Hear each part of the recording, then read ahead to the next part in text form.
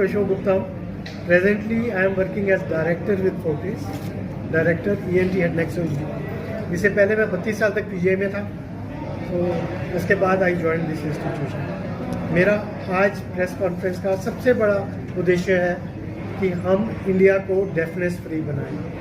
हमारी कंट्री में approximately 2 million population ऐसी है जो हियरिंग लॉसेस सफ़र कर रही है, और इस एम को पूरा करने के लिए मैं चाहता हूं कि ये मैसेज हर उस इंसान को जाए जिसको कम सुनता हो। डेफनेस में हम 2 टाइप की कैटेगरीज के पेशेंट्स होंगे। एक वो पेशेंट जो पैदा ही डेफ हुए हैं, द बॉर्न डेफ, और बॉर्न डेफ में 2 टाइप के बच्चे होते हैं, एक सिंड्रोमिक, एक डाउन सिंड्रोम। इन सारे केसेस में अगर बच्चा 10 साल की उम्र से पहले प्रेजेंट करता है तो कॉक्लियर इम्प्लांट के द्वारा इनको नॉर्मल हियरिंग दी जा सकती है। दूसरा ग्रुप है जिनको सडनली, जो नॉर्मल थे, सडन हियरिंग लॉस हुआ और suddenly they got up in the morning और वो कहते हैं मुझे नहीं सुन रहा। उन बच्चों को भी और उन इंसानों को भी अगर वो टाइम में प्रेजेंट करें, अगर वो 48 आवर्स में आ जाते हैं, तो हम 90% तक लोगों को नॉर्मल हियरिंग दे सकते हैं। जितना टाइम निकलता जाएगा उतने चांसेस ऑफ रिकवरी कम होते जाएंगे।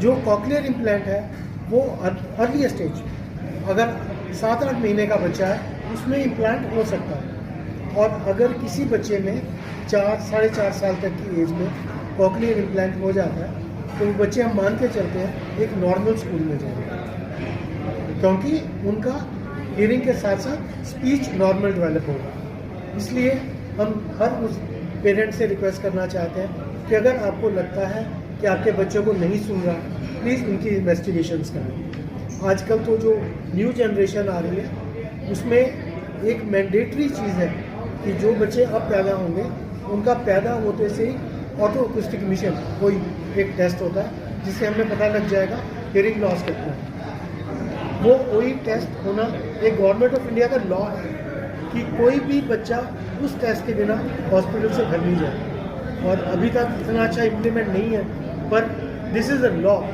और उसका फ़ायदा क्या होता है कि न्यू बॉर्न हमारा बच्चा 1 दिन का है, हमें ये पता होगा कि बच्चा नॉर्मल हियरिंग है या नहीं है। So this is what is science has achieved. एक लास्ट मेरे पास रिक्वेस्ट थी कि जो डिवाइसेस यूज़ करते हैं ईयर में, the earphones, the gadgets, please अपने बच्चों को डिस्करेज करें कि वो ना यूज़ करें। कारण होता है कि जब हम ईयरफोन यूज़ करते हैं हमारा नॉइज़ लेवल यूजुअली 60-70 डेसिबल रहता है, और हमारे ईयर की कैपेसिटी है कि अगर 70 डेसिबल से ज़्यादा हियरिंग एक्सपोजर होगा आधे घंटे के लिए तो परमानेंटली हेयर सेल्स डैमेज हो जाएंगे। सो अगर हमने अपने बच्चों को सारी उम्र चाहते हैं कि अच्छा सुने तो आप हाई टोन और ईयरफोन्स को अवॉइड करने की सलाह दें। Thank you.